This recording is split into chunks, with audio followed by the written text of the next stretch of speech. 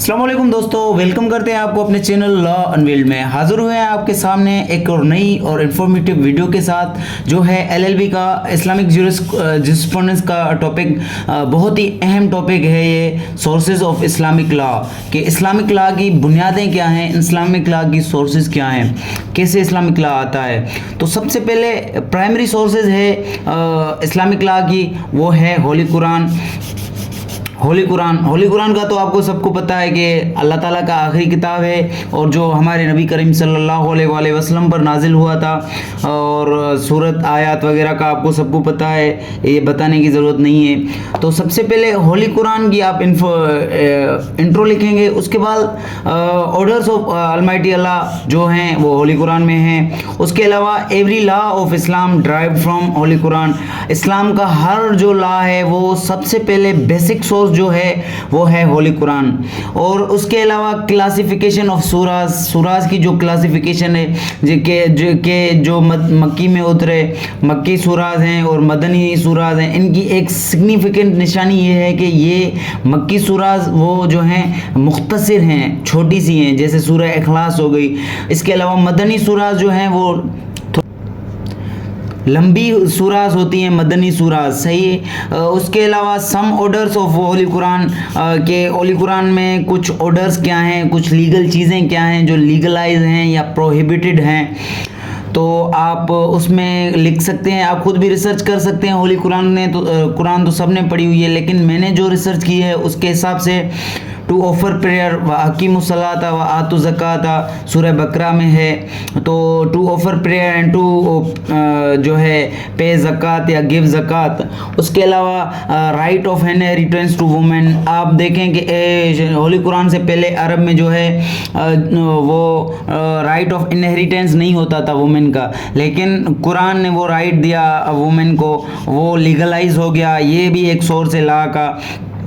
और right of Dover, हक के महर का हक, ये भी एक लीगलाइज चीज़ हो गई इस्लाम में कि औरत को उसका हक के महर दिया जाए।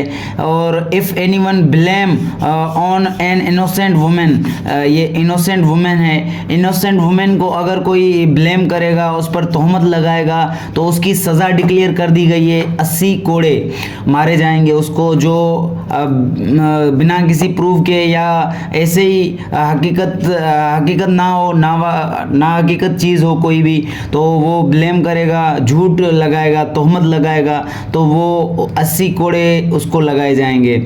उसके अलावा to obey holy prophet peace be upon him and to follow almighty Allah, के रसूल करीम सल्लल्लाहु अलैहि वसल्लम की अताअत करो और अल्लाह ताला को मानो, ये भी कुरान पाक में वाज़े हुक्म है। उसके अलावा नोट टू बरी वुमेन। आप देखें कि पहले अरबों में ये बुराई पाई जाती थी कि उन लोगों के कुछ ट्राइब जो है वुमेन की पैदाइश को मनुष्यत समझते थे, तो वो उनके कुछ ट्राइब जो है वुमेन्स को ज़िंदा दरगोर करते थे। लेकिन कुरान पाक में ये हुक्म आया कि वुमेन जो है उसका हाई स्टेटस है, उसको हर चीज़ में इक्वलिटी मिली। आप last sermon of holy prophet सल्लल्लाहु अलैहि वसल्लम उठाकर देखें। उसके अलावा कुरान में भी ये हुक्म है कि वुमेन को ना जलाए, बरी ना किया जाए अलाइव। और उसके अलावा मतलब वुमेन का बड़ा ही स्टेटस है इस्लाम में, इस्लाम ने वुमेन को बड़ा ही स्टेटस दिया है। उसके अलावा सेकंड जो सोर्स है प्राइमरी, वो है सुन्ना of prophet peace be upon him. सुन्ना में क्या आ जाता है दोस्तों?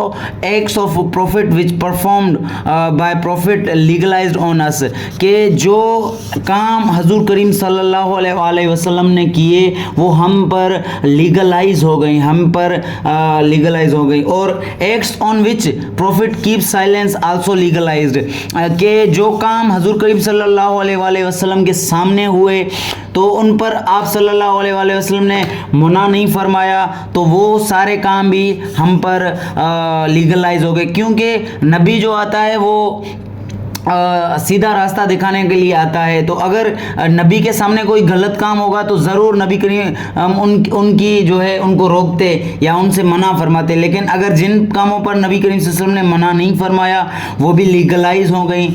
और उसके अलावा इसके अलावा कुरान में जैसे हुक्म है कि आप जो है नमाज पढ़ें, तो सुन्नत में नबी करीम सल्लल्लाहु अलैहि वसल्लम ने वो हमें परफॉर्म करके दिखाया, प्रैक्टिकली सुन्नत को सुन्नत में वो परफॉर्म करके दिखाया कुरान के ऑर्डर्स को। अभी नमाज का ये तो नहीं लिखा हुआ कैसे पढ़ें, तो वो नबी करीम सल्लल्लाहु अलैहि वसल्लम ने अपनी ज़िंदगी में हमें परफॉर्म करके दिखाया प्रैक्टिकली, तो वो भी सुन्नत में आ जाता है। नबी करीम सल्लल्लाहु अलैहि वसल्लम के जो अमाल हैं, जो काम हैं।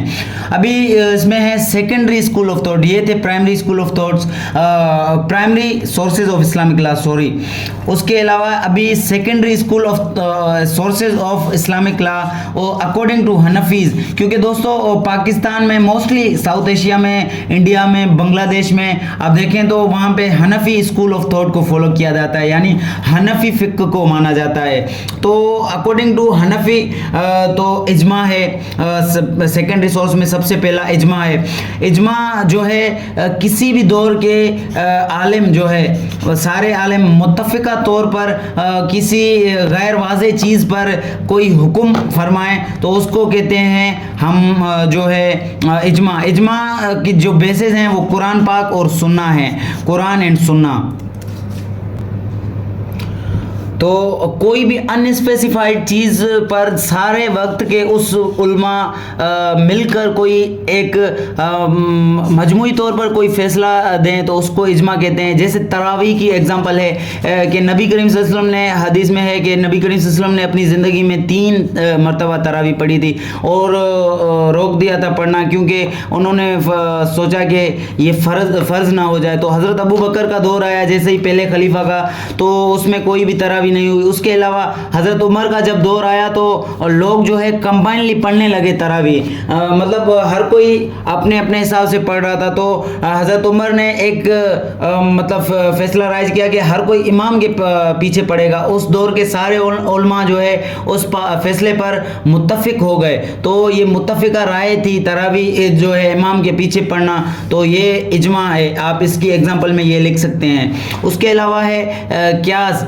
क्यास जो है one of the method of Imam Abu Hanifa to determine Islamic law from Quran and Sunnah, जो है ये एक तरीका है हज़रत अबू हनीफा का इस्लामिक लॉ डिटरमाइन करने का। जैसे किसी एक चीज़ को की नौयत को देखकर दूसरे का हुक्म निकालना। जैसे कुरान में जो है हुक्म है कि जो है खुमर की शराब जो है हराम है। खुमर की शराब कहते हैं ग्रेप्स की जो शराब है, तो वो हराम है। अभी इमाम अबू हनीफा ने इसका क्यास किया कि खुमर की शराब से पैदा क्या होता है, इंटॉक्सिकेशन, इंसान की हालत में नहीं रहता अपने। तो उन्होंने उनका क्यास करके सारी शराब को हराम करा दे दिया। अभी जो है गन्ने के जूस से बनता है शराब, इसके अलावा चावल से बनता है शराब। तो उस मतलब देखा कि उसकी नौयत क्या है शराब की, कि वो इंटॉक्सिकेशन मीन्स के नशा क्रिएट करता है। तो हज़रत अबू हनीफा ने ये क्यास किया कि सारे जो भी नशे जो नशा क्रिएट करें वो हराम है, उनको उनसे प्रोहिबिशन था। तो ये था दोस्तों हमारा आज का वीडियो, शॉर्ट था और वेरी इंफॉर्मेटिव था। अगर आपको हमारा वीडियो अच्छा लगा तो हमारे चैनल लॉ ऑन व्हील को लाइक करें, सब्सक्राइब करें और अपने दोस्तों के साथ शेयर करना ना भूलिए। थैंक यू एंड अल्लाह हाफिज़।